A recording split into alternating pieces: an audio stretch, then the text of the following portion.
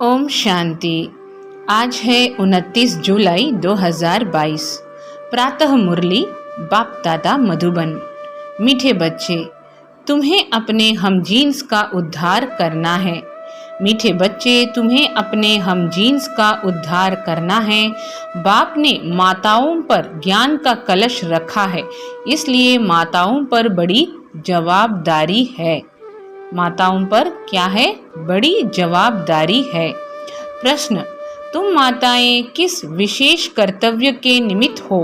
तुम्हारे ऊपर कौन सी रिस्पॉन्सिबिलिटी है? उत्तर में बाबा बोले, तुम इस पतित दुनिया को पावन दुनिया, नर्क को स्वर्ग बनाने के निमित्त हो। बाप ने तुम माताओं पर ज्ञान का कलश रखा है, इसलिए सबको सद्गति देने की रिस्पॉन्सिबिलिटी तुम्हारे ऊपर है। तो बाबा क्या कह रहे हैं कि बाप ने तुम माताओं पर ज्ञान का कलश रखा है, इसलिए सबको सद्गति देने की रिस्पॉन्सिबिलिटी तुम्हारे पर है। तुम हो शिव शक्ति सेना। तुम्हें अब अपने हम जीन्स का कल्याण करना है, सबको पतित बनने से बचाना है, वैश्याओं का भी उद्धार करना है। गीत है, रात के राही थक मत जाना। ओम शांति। बच्चों ने गीत की लाइन सुनी। अब चले वतन की ओर, अर्थात सुखधाम की ओर। सुखधाम की स्थापना अर्थ माताओं को ही रखा गया है। ज्ञान अमृत का कलश माताओं पर रखा है। जैसे ओपनिंग की सेरेमनी व स्थापना की सेरेमनी की जाती है ना, जैसे ओपनिंग की सेरेमनी व स्थापना की सेरेमनी की जाती है ना, तो परमपिता परमात्मा वैकुंठ की ओपनिंग कराते हैं माताओं द्वारा। कलश माताओं पर ही रखते हैं। तो अब बच्चियों को खड़ा होना है, शक्ति दल है ना। बच्चों पर बाप रिस्पॉन्सिबिलिटी रखते हैं। बच्चों पर कौन रिस्पॉन्सिबिलिटी रखते हैं? बाबा। ऐसे नहीं कि इन गुरुओं पर बाप ने कोई रिस्पॉन्सिबिलिटी रखी है कि सबको सद्गति दो। अभी तुम जान गए हो कि सद्गति देना इन माताओं का काम है। सद्गति होती है ज्ञान से। ज्ञान का कलश माताओं को मिला है। पहले पहले दिखाते हैं कलश रखा जगत अम्बा पर। शास्त्रों में तो लक्ष्मी का नाम रख दिया है, यह फर्क पड़ गया है। कलश रखा है तुम माताओं पर, काली पर कलश रखा है। काली की महिमा है ना, चित्र तो अनेक बना दिए हैं, तो अब माताओं पर कलश रखा है, क्योंकि इस समय तुम्हारी हमजीन्स माताओं की बुरी गति है। माताओं पर कलश क्यों रखा है? क्योंकि इस समय तुम्हारी हमजीन्स माताओं की बुरी गति है। तुम शिव शक्तियाँ कहलाती हो, तुम हो गुप्त सेना। तुम्हारी बुद्धि में उमंग उठना चाहिए। तुम अपना स्वराज्य स्थापन कर रहे हो। वंदे मातरम भी गाया हुआ है। भारत खंड का नाम ही गाया जाता है। भारत खंड का नाम ही गाया जाता है। कहते हैं भारत माता की जय, अर्थात भारत में रहने वाली माताओं की जय। जो माताएं विश्व को स्वर्ग बनाती हैं, ऐसी माताओं की जय। वह फिर भूल कर सिर्फ कह देते हैं भारत माता। बाबा तुम माताओं का नाम बाला करते हैं, स्वर्ग की ओपनिंग सेरेमनी कराते हैं। तुम कहती हो शिव बाबा हम माताओं द्वारा विश्व को स्वर्ग बनाते हैं। शिव बाबा हम माताओं द्वारा विश्व को स्वर्ग बनाते हैं। भीष्म पितामह आदि को भी तुमने ज्ञान बाण मारे हैं। तो बाप कहते हैं ज्ञान बाण लगाने में डरो मत। बाबा हम सबको हौसला दे रहे हैं कि ज्ञान बाण लगाने में डरो मत। पढ़ना है, पढ़ाना है। तुम सेना ही निमित्त बनी हुई हो। मास्टर नॉलेजफुल होना। सरस्वती को बड़ा बैंजो दिया है, क्योंकि वह सबसे तीखी है। दुनिया तो नहीं जानती, तुम जानते हो कि अब हम सांवरे से गोरे बनते हैं। काली के पास जाएंगे, वह तो माँ माँ कह इतना रोते हैं, जो बात मत पूछो। होता तो कुछ भी नहीं है। कलकत्ते में काली की बहुत महिमा है। अब यह ब्रह्मा तो माँ है नहीं, इसलिए कलश फिर माताओं को मिलता है। बाबा समझा रहे हैं अब यह ब्रह्मा तो माँ है नहीं, इसलिए कलश फिर माताओं को मिलता है। तुम हो माँ की सेना हम जीन्स, तुम कहते हो बाबा जैसा हूँ वैसा हूँ आपका हूँ। हम बाबा से प्यार से क्या कहते हैं कि हे बाबा हम कैसे हैं? हम कहते हैं बाबा जैसा हूँ वैसा हूँ आपका हूँ। यह भी कहते हैं जैसे हो वैसे हो मेरे हो। यह भी कहते हैं जैसे हो वैसे हो मेरे हो, परंतु श्रीमत पर चलना है। सजनियाँ तो सब हैं, सब कहेंगी हम ईश्वर के हैं। अब तुमको समझानी भी दी जाती है, शिव बाबा की सब संतान है। यह सिद्ध करना है सबसे पहले है शिव की महिमा। ऊंचे ते ऊंच वह है, उनको ही भगवान कहेंगे। शिव बाबा ही वर्षा देते हैं, वह है निराकार सभी आत्माओं का बाप। तो अब तुम बच्चियों को अपने हम जीन्स का उद्धार करना है। माताओं पर ही सारी रेस्पॉन्सिबिलिटी है। वंदे मातरम बाप भी कहते हैं, शिव बालक है तो वंदे मातरम करना पड़े ना। शिव क्या है? शिव बालक है तो वंदे मातरम बाबा भी कहते हैं। यह तुमको करते हैं, तुम उनको करती हो, वंडर है ना। यह भी ड्रामा की नूंद है। तुम जानती हो शिव बाबा साक्षात्कार भी कराते हैं। घर बैठे भी मोर मुकुटधारी का साक्षात्कार होता है। तो मुकुट तो सबको होता है, यह एक ट्रेडमार्क रख दिया है। कृष्ण को इतना बड़ा मुकुट दे दिया है, नहीं तो इतने बड़े मुकुट पहनते नहीं हैं। बाप बैठ माताओं को एम ऑब्जेक्ट का साक्षात्कार कराते हैं। तुम प्रिंस की माँ बनेंगी, कृष्ण की माँ तो सब नहीं बनेंगी। प्रिंस प्रिंसेस तो बहुत है ना। प्रिंस की माँ अर्थात महारानी महाराजा बनेंगे। तुम्हारा कितना अच्छा एम ऑब्जेक्ट है, तुम्हारी गोद में प्रिंस होगा। तो तुम बच्चियों पर बहुत जवाबदारी है। तुम्हारा बड़ा संगठन होना चाहिए, मेमोरेंडम बनाना चाहिए। हम शिव शक्ति भारत माताएं हैं। हमने भारत को कल्प पहले भी स्वर्ग बनाया है श्रीमत पर। माताओं को बहुत होशियार होना चाहिए। आजकल तुम्हारी हम जीन्स पर बहुत मार पड़ती है विष के लिए, तो रड़ी मारनी चाहिए। गवर्नमेंट को कहना है हम कल्प भारत को पवित्रता के बल से स्वर्ग बनाते हैं। इसमें हमको यह विघन डालते हैं। हम पवित्र रहना चाहती हैं। साथ में यह पुरुष भी कहेंगे बरोबर पवित्रता अच्छी है। लोग दवाइयों आदि से बच्चा पैदा होना बंद करते हैं, परंतु इनसे तो कुछ भी नहीं होगा। बाप समझाते हैं पवित्र बनो। तुम माताओं के साथ मददगार गोप भी हैं। बच्चियों को खड़ा होना चाहिए, जलवा दिखाना चाहिए। गवर्नमेंट को कहना चाहिए कि भगवान बाप कहते हैं पवित्र बनो। शिव बाबा के बच्चे तो सभी हैं, तो भाई भाई हो गए। फिर प्रजापिता ब्रह्मा की संतान होने से भाई बहन ठहरे। अब नई दुनिया स्थापन हो रही है। शिव बाबा की संतान प्रजापिता ब्रह्मा के बच्चे भाई बहन विष की लेन देन कर न सकें, यह है युक्ति। कल्प पहले भी बाप ने ऐसे ही पवित्र बनाया था। हम माया रावण पर जीत पाते हैं। यह रावण ही भारत का बड़ा दुश्मन है। रावण से हारे हार है। राम आकर इन पर जीत पहनाते हैं, परंतु अब तक कईयों का पति आदि में मोह ऐसा है जो बात मत पूछो।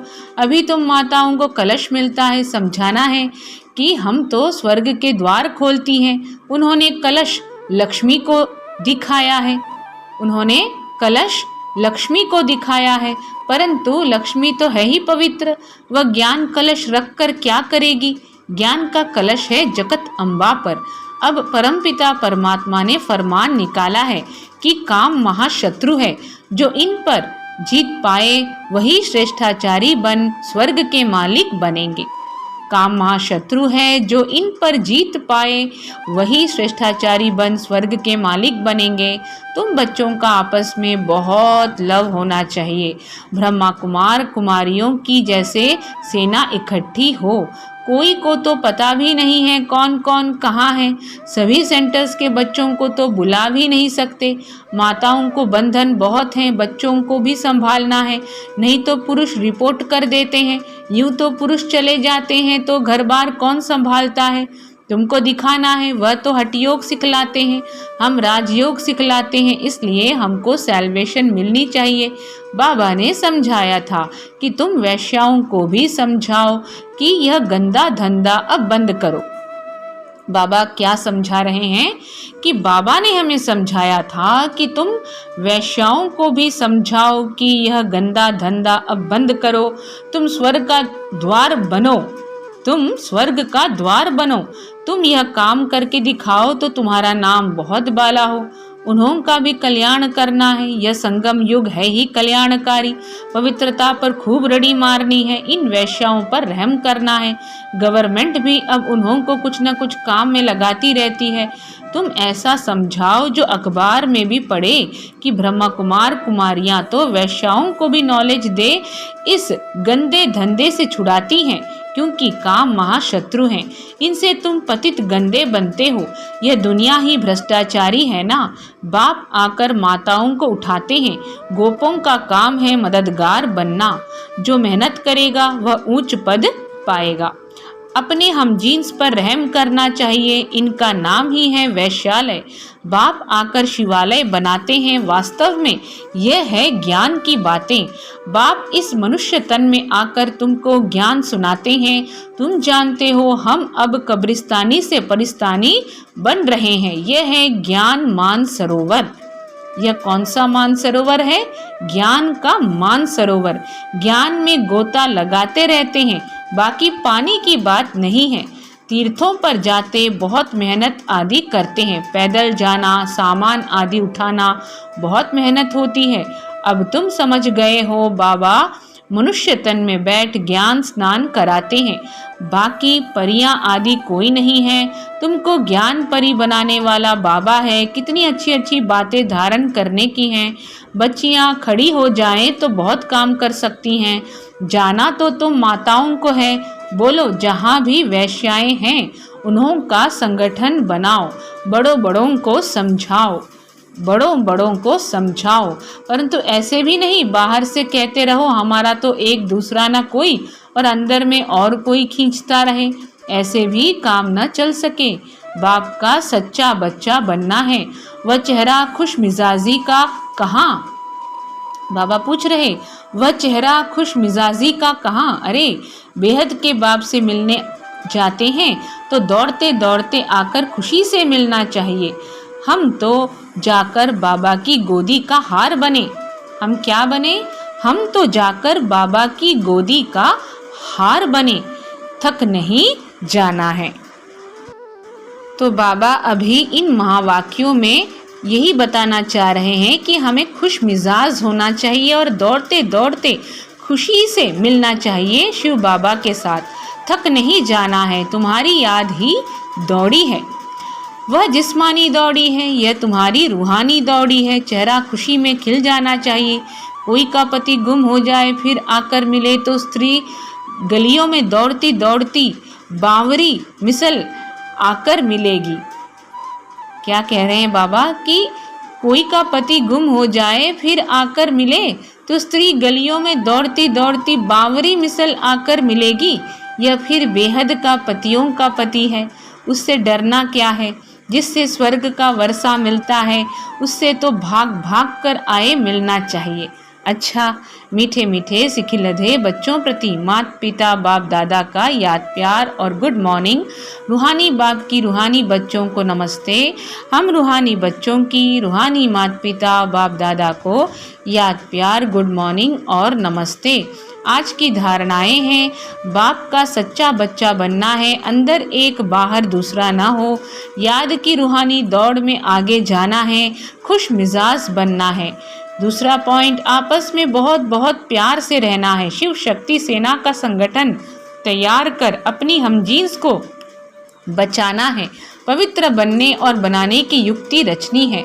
आज का वरदान, श्रेष्ठ स्मृति द्वारा सुखमय स्थिति बनाने वाले सुख स्वरूप भव। श्रेष्ठ स्मृति द्वारा सुखमय स्थिति बनाने वाले सुख स्वरूप भव। स्थिति का आधार स्मृति है। आप सिर्फ स्मृति स्वरूप बनो तो स्मृति आने से जैसी स्मृति वैसी स्थिति स्वतः हो जाएगी।